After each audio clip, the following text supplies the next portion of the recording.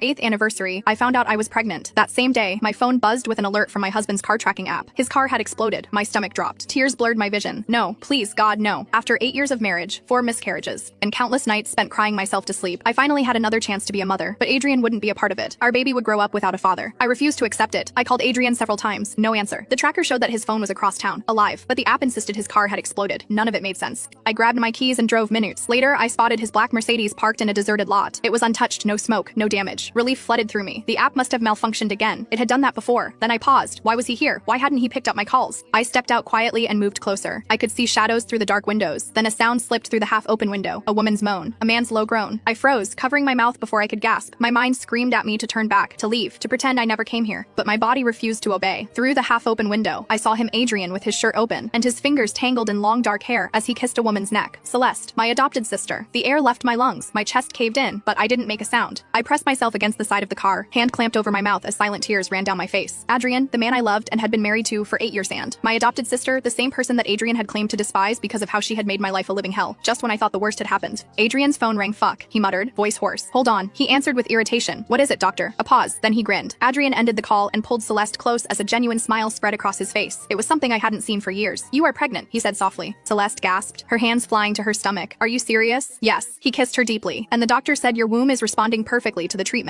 One more test next week to confirm everything is healed, and then we can finally start our family properly. Happy tears streamed down Celeste's face. Oh my God, Adrian, we're going to have a baby. We are. He cradled her face in his hands. You are going to be an amazing mother. My heart bled as my hand moved instinctively to my own stomach, where my baby was growing. Celeste's smile faded slowly. What about Elena? Adrian's smile grew cold. You don't need to worry, baby. After next week's test shows you are healed, I won't need her anymore. My blood ran cold. What did that mean? I still can't believe she never figured it out. Celeste laughed. You told her it was genetic incompatibility, and she believed you. Elena's an idiot, Adrian said dismissively. She signed every consent form I put in front of her without reading a single line. The experimental treatments, the tissue samples, the terminations, she authorized all of it, thinking they were insurance forms or whatever bullshit I told her. My legs threatened to give out, but I forced myself to stay still. I had to keep listening. Those 4 babies, Celeste murmured. You really used them to cure my womb. Every single one. Adrian replied without remorse. Different stages of development, different protocols, and it worked. You are cured, and you are carrying my child. Celeste giggled softly. Thanks to Elena's babies. My knees went weak, and I almost dropped to the floor. It became hard to breathe, and my ears rang. My vision blurred, and for a moment I thought I would lose consciousness. My 4 babies hadn't died from miscarriage. They had been murdered by their father, for my sister. All I had to do was slip in some drugs to her meal to induce early labor. Adrian said, almost amused. Then I would tell her that there were complications. She would cry, I would comfort her, and life would go on. My mind flashed back to each miscarriage, the pain, the blood, the hospital rooms. After each loss, Celeste would show up at the hospital with homemade chicken soup. I made this especially for you, she would say, her eyes full of fake tears. I know how much you are hurting. I am here for you, sis. She would stay the night sleeping in the chair beside my bed, holding my hand whenever I woke up crying.